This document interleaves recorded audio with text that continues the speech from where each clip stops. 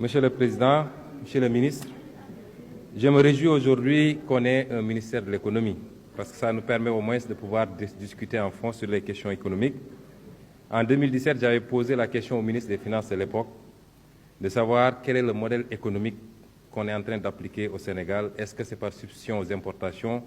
Est-ce que c'est par promotion des exportations? Est-ce que c'est un modèle mixte? Je n'avais pas eu de réponse et j'espère que j'en aurai avec vous.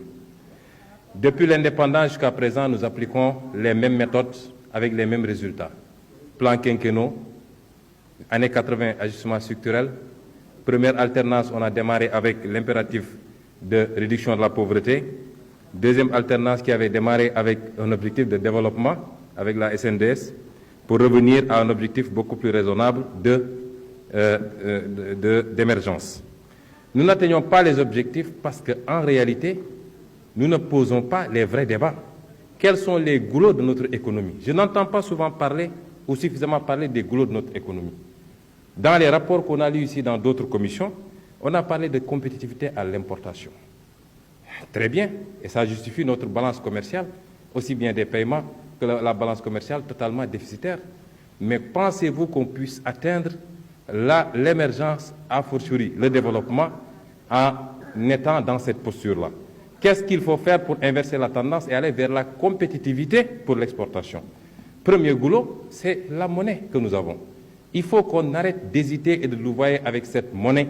Le franc CFA est une monnaie coloniale qu'on nous avait laissée pour sécuriser les entreprises françaises contre les risques de change, mais pour pouvoir également capter une partie de nos réserves. Mais c'est une monnaie surévaluée qui ne nous permettra jamais d'être compétitifs à l'export.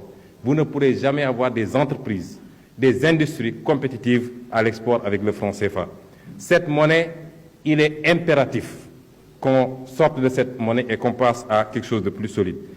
Nous avons un problème de protection sérieuse de notre économie. Et on est très inquiet quand on entend les APE.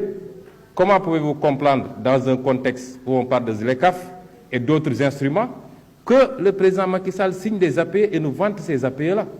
Comment pensez-vous que notre industrie, qui n'existe même pas, ou notre agriculture, puisse compétir avec celle de l'Union européenne, alors que l'Europe elle-même refuse encore de signer le même accord avec les États-Unis, considérant qu'il ne l'est pas favorable. Et cet accord posera un problème par rapport à l'intégration. C'est déjà le cas avec les 4 zones que ça a créées. J'ai une fois entendu le président Moustapha Niasse, lors d'un séminaire de la CEDEAO aussi, dire que c'est le combat de la biche et du lion. Mais il conclut en disant que mais c'est jouable. Depuis quand la biche gagne un combat face au lion, M. Moustapha Niasse? Et la question des ressources naturelles, la gestion optimale de nos ressources naturelles, c'est extrêmement important. Et je tiens à le dire ici, et de dire à M. Macron, qui dit qu'il y a un sentiment anti-français. Il n'y a pas un sentiment anti-français, il y a un sentiment pro-africain. Les Africains ont désormais compris, et ça ne peut pas continuer. Nous n'avons rien contre la France ou les États-Unis, mais nous avons des intérêts à gérer. Et on parle de l'immigration, par exemple. Pourquoi on parle de l'immigration dans le contexte actuel? Mais les populations ne suivent que le même chemin que leurs ressources. Quand on vient piller nos ressources avec la complicité de nos élites complexées, de nos leaders, évidemment, on ne pourra jamais régler cette question. Le privé national dont on parle. Mais vous ne pouvez pas avoir de privé national parce qu'on n'a pas une politique réelle de promotion de ce privé national, si ce n'est pour aller vers une bourgeoisie comprador, qu'on crée de toutes pièces, en créant des marchés fictifs, en donnant des assets foncières que les gens revendent à l'IPRES ou je ne sais qui pour se faire des milliards, ou alors c'est des montages avec les acquiescements pour que des gens se trouvent avec 95 milliards alors que Gorounou Yatounou. Et il faut orienter aujourd'hui les priorités vers le financement du véritable privé national. Ce n'est pas à l'État de créer les entreprises et les industries, mais toutes les industries ont été appuyées par leurs États jusqu'à être fortes pour les lancer dans la compétition mondiale. Et aujourd'hui, on nous dit ouvrez vos frontières et laissez tout passer. Donc, Monsieur le ministre, je terminerai par une question. Sur toutes ces questions, il faut des réformes, mais il faut du courage politique. Ce courage, M. Macky Sall ne l'a pas.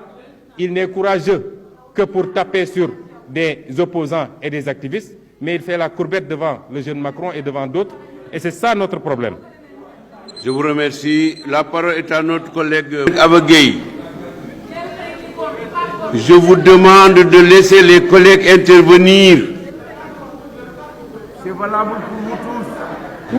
C'est valable pour vous tous. Laissez les collègues intervenir. Laissez les collègues intervenir, s'il vous plaît. Ça ne dure que 5 minutes. Laissez-les intervenir.